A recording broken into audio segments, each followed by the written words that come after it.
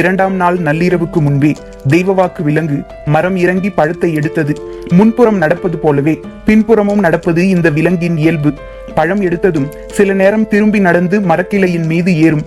சில நேரம் யாரும் தன்னை நெருங்கி விடுவார்களோ என்ற பயத்தால் முன்பக்கம் பார்த்தபடியே கால்களை பின்னால் நகர்த்தி போகும். இந்த முறை அப்படித்தான் போனது. அது பின்னால் நடந்து போனால் இரட்டை விளக்கு ஏற்றப்பட வேண்டும் என்பது வழக்கம். மரத்துக்கு முன்பு வைக்கப்பட்டிருந்த தீச்சட்டியில் நெருப்பு எரிந்து கொண்டிருந்தது. எண்ணெயில் முக்கி எடுத்த சிறு மரத்துண்டுகளை கொண்டு வந்து அதில் பக்குவமாக வைத்தனர். குலநாகினியின் கண்கள் அதை பார்த்து கொண்டிருக்க பிற நாகினிகள் அந்த வேலையை செய்தனர். விளக்கில் தீயின் கன அளவு அதிகமாகி தழல் இரு கூறுகளாக பிரிந்து எரிந்தது. தீயின் கன அளவு எவ்வளவு இருக்க வேண்டும் என்பதையும் தழல் எத்தனை கூறுகளாக பிரிய வேண்டும் என்பதையும் அவர்கள் முடிவு செய்தனர். நீர் பாய்ச்சுவதைப் போல தீயையும் கட்டுப்படுத்தி பாய்ச்ச அவர்கள் கற்றிருந்தனர். குலநாகினி பார்த்து கொண்டிருக்க எழும் நெருப்பின் தழல் பல கூறுகளாக பிரிந்து இரு கூறுகளாக நிலை கொண்டது. நேற்றை போலவே தெய்வவாக்கு விலங்கு பழம் எடுத்ததும் பாணர் கூட்டம் உள்ளிறங்கும் என எதிர்பார்த்திருந்த கபிலருக்கு சற்றே ஏமாற்றமாக இருந்தது. கூத்து தொடங்க நேரமாகும், வாருங்கள் நாம் இந்த மரத்தை சுற்றி பார்த்து விட்டு வருவோம் என சொல்லி கபிலரை அழைத்து கொண்டு நடந்தான் பாரி. கொற்றவை நிலை கொண்டிருக்கும் மரக்கூட்டம் பெரும் அடர்த்தி கொண்டது. மனிதனால் உள்நுழைய முடியாத அளவுக்கு பின்னி கிடப்பது. பாரியோடு கபிலர் அந்த மரத்தை சுற்றி நடந்து கொண்டிருந்தார். அடர்ந்த காட்டில் பந்த வெளிச்சத்தில் ஆங்காங்கே தனித்தனியான வீடுகள் இருப்பது தெரிந்தது. இந்த அடர்வனத்தில் தனி வீடுகள் ஏன் இருக்கின்றன என கேட்டார் கபிலர். இது ஒரு மர விலங்கு. காலகாலமாக இந்த ஒரு மரத்தில் மட்டுமே இந்த விலங்கு வாழ்கிறது. வேறு எந்த மரத்திலும் இது ஏறாது. எனவே இந்த இடம் தவிர வேறு எங்கேயும் இந்த பிராணியை நீங்கள் பார்க்க முடியாது. இந்த விலங்கு வேட்டை விலங்குகளுக்கு மிகவும் பிடித்த உணவு.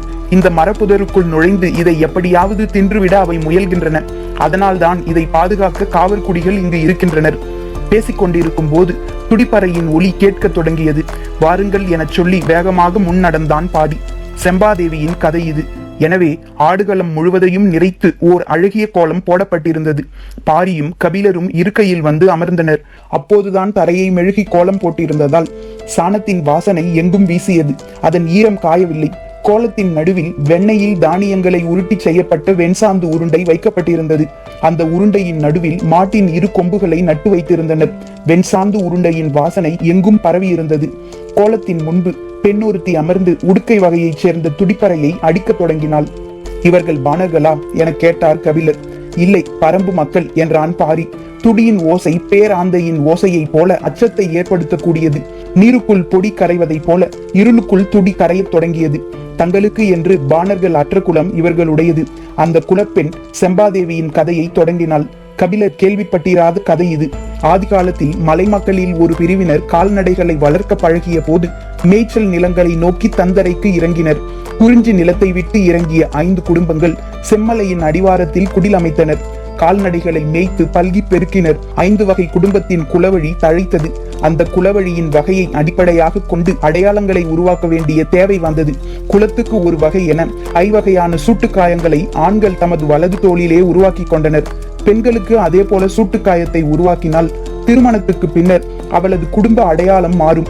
எனவே சூட்டுக்காயம் சரிப்பட்டு வராது. வேறு வழிகளை சிந்தித்தனர். பெண்களே அதற்கு ஒரு முடிவும் கண்டனர். தங்களின் தலைமுடியை குலத்துக்கு ஒரு வகை என 5 வகைகளாக பின்னிக் கொள்வது என முடிவு எடுத்தனர். 5 வகை கொண்டைகளை உருவாக்கினர். அந்த காலத்தில் எல்லா நாட்டு பெண்களுக்கும் தலைமுடியை சுருட்டி கொண்டை போடும் பழக்கம் மட்டும்தான் இருந்தது. ஆனால் உச்சந்தலையில் வகிடு எடுத்து இரு பக்கங்களும் முடி சரிய 2 கொண்டைகள். அதே போல 3, 4, 5 என 5 விதமான கொண்டைகளை இவர்கள் முடிந்தனர். 5 விதங்களிலும் சடைகளை பின்னினர். அதில் மேய்ச்சலுக்கு செல்லும் வெவ்வேறு நிலத்தின் பூக்கள் சூடப்பட இவர்களை பார்க்கும் ஆணும் பெண்ணும் சொக்கி போனார்கள். அழகை பேணும் அதிசய கூட்டம் என இவர்களை பற்றி திசையெங்கும் பேச்சு பரவியது. மேய்ச்சலின் போது கால்நடைகளின் கோமியம் வெவ்வேறு வகையில் வளைந்து வளைந்து வடிவம் கொள்வதை காலம் பூராவும் பார்த்து கொண்டிருந்தவர்கள் இந்த பெண்கள். அந்த நீர்க்கோலம் மனதுக்கு எப்போதும் ஒரு காட்சி இன்பத்தை ஏற்படுத்தக்கூடியது. ஆனால் கனப்பொழுதில் அந்த காட்சி மறைந்துவிடும். புன்னகை காட்டில் மறைவதைப் போல மண்ணில் மறையும் மஞ்சள் வண்ண நீர் அது. தனது குடிலின் வாசலில் அதே போன்ற ஒரு கோலத்தை வரைந்தால் என்ன என எண்ணினர். இடித்த குருணையின் தொலியை சிறுக தூவியபடி அவர்களின் விரல்கள் வலமும் இடமுமாக வளைய ஆரம்பித்தன. 5 விதமாக தலைமுடியை பின்னியும் கொண்டை போட்டும் பழக்கப்பட்ட விரல்களுக்கு வளைந்து நெளியும் கோலம் எளிதில் வசப்பட்டது.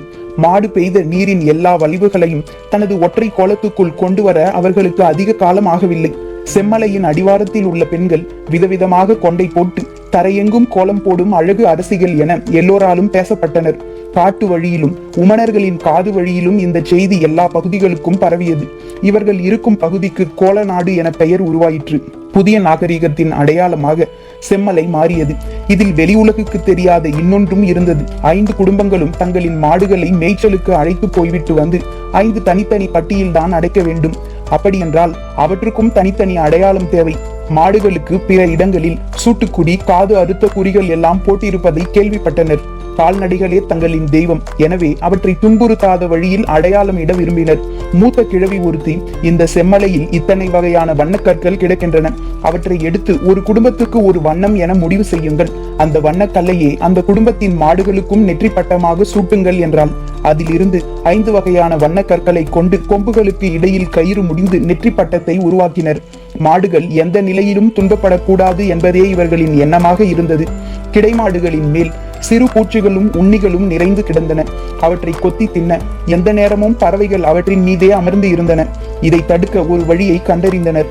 திரட்டப்பட்ட வெண்ணெயில் தானியங்களை கலந்து பெரிய வெண்சாந்து உருண்டைகளை உருவாக்கினர். அந்த உருண்டையை நாணல் கூடையில் வைத்து கிடையின் ஓரம் ஏதாவது ஓர் இடத்தில் வைத்துவிட்டால் போதும். பறவைகள் முழுக்க வெண்சாந்து உருண்டையை தான் மொய்த்து கிடந்து மாடுகளின் பக்கம் போகவே போகாது. ஒரு நாள் இரவு வெண்சாந்து உருண்டை வைக்கப்பட்டிருந்த நாணல் கூடையை குடிலுக்குள் வைக்காமல் மறந்து வெளியில் வைத்துவிட்டு தூங்கிவிட்டனர். நாணல் கூடையின் இண்டு இடுக்குகளில் ஒட்டி இருப்பதை இரவு முழுவதும் பறவைகள் கொத்தி தின்றுள்ளன. காலையில் எழுந்து பார்த்தபோது நாணல் கூடை நார் நாராக உதிர்ந்து கிடந்தது. வெண்சாந்து உருண்டையின் சுவை பறவைகளையே வெறிகொள்ளச் செய்துள்ளது. நாடோடி நாகரிகம் எல்லா உயிர்களையும் தனதாக்கி நேசித்தது. இவர்களின் குலம் தலைமுறை தலைமுறையாக தழைத்து முன்னேறியது. மனிதர்களும் கால்நடைகளும் பல்கி பெருகின. கோல நாட்டினர் பல்வேறு குழுக்களாக ஒவ்வொரு ஆண்டும் மார்கழி மாதம் பிரிந்து மேய்ச்சலுக்கு போவார்கள். மீண்டும் ஆவணி மாதம் செம்மலைக்கு திரும்புவார்கள். எல்லோரும் கொண்டு வரும் மாடுகள் குடும்ப அடையாளத்தோடு பிரிக்கப்பட்டு கணக்கு வைத்துக் கொள்ளப்படும். வழக்கம் போல் மார்கழி மாதம் கோல நாட்டில் இருந்து மேய்ச்சலுக்காக பல்வேறு திசைகளில் கிடை போட குழுக்கள் புறப்பட்டு போயின. ஒரு குழு காவிரி ஆற்றின் படுகையில் நகர்ந்தது. 18 குடும்பங்களையும் 200 மாடுகளையும் கொண்டிருந்தது அந்த கிடை. அந்த கிடையில் சுடர்ந்து ஒளி வீசும் தழல் போல் இருப்பவள் செம்பா. வகிடு எடுத்து 2 சடை பின்னிய குடும்பம் அவளுடையது. கோவனின் தோள்கள் மாட்டின் திமில் போல் உருத்திரண்டு இருக்கும். அவனது வலது தோளில் பொறிக்கப்பட்ட 3 சூட்டு அடையாளத்தின் மீது சிறு வயதில் விரல் வைத்து பார்த்த செம்பா இப்போது இதழ் பதித்து பார்க்கவே ஆசைப்படுகிறாள். கிடையின் முன்னால் நடந்து போகும் கோவனின் நடையை தொடர்ந்து மொத்த மாடுகளும் நகர்ந்தன. கிடையின் இடது ஓரம் நாணல் கூடை தூக்கி நடக்கும் செம்பாவை சுற்றி பறவை கூட்டம் மிதந்து வந்தது. மாட்டின் காதுகள் விடைத்து ஆட, பறவைகளின் இறக்கைகள் படபடத்து அடிக்க, பசுக்களுக்கும் பறவைகளுக்கும் நடுவில் செழித்து வளர்ந்தது அவர்களின் காதல். கிடைமாடு நடந்து கொண்டிருக்கும் போதே குட்டியை ஈனும். அந்த குட்டியால் உடனடியாக கிடையின் வேகத்துக்கு நடக்க முடியாது. பால் குடிக்கும் நேரம் தவிர பிற நேரத்தில் அதை தோளிலே தூக்கித்தான் நடக்க வேண்டும். கோவன் இளங்குட்டியை தோளில் தூக்கி நடக்க ஈன்ற பசு அவனை உரசியே நடந்து வந்து குட்டியை நாவால் நக்கி இன்புற்றது. செம்பாவின் கண்கள் அவனையே பார்த்து கொண்டிருந்தன. தோளில் கிடக்கும் இளங்குட்டியின் மீது ஒரு கணம் பொறாமை வந்து விலகியது. மாலையில் மாடுகளை கிடை போட்டு இரவு கஞ்சி குடித்து தங்களின் குடிலுக்கு நடுவில் சிறு கூத்து நிகழ்த்துவர். எல்லோருக்கும் பாடத் தெரியும். ஆள் மாற்றி ஆள் பாடுவர். கிடையில் காவலுக்கு நிற்பவன் கூட எட்ட இருந்தே தனது பாடலை பாடுவான். எல்லோரின் பாடலுக்கும் துடிப்பறை முழங்கி இசை கொடுப்பவன் கோவன்தான். இடது கை துடியை இழுத்து பிடிக்க வலது கை விரல்களால் அதன் வலப்புறத்தை அடித்து அடித்து தாளம் எழுப்பும் அழகை பார்த்து மகிழ்வாள் செம்பா. அன்று கோவனின் துடி இசை வழக்கத்துக்கு மாறாக துள்ளலோடு இருந்தது.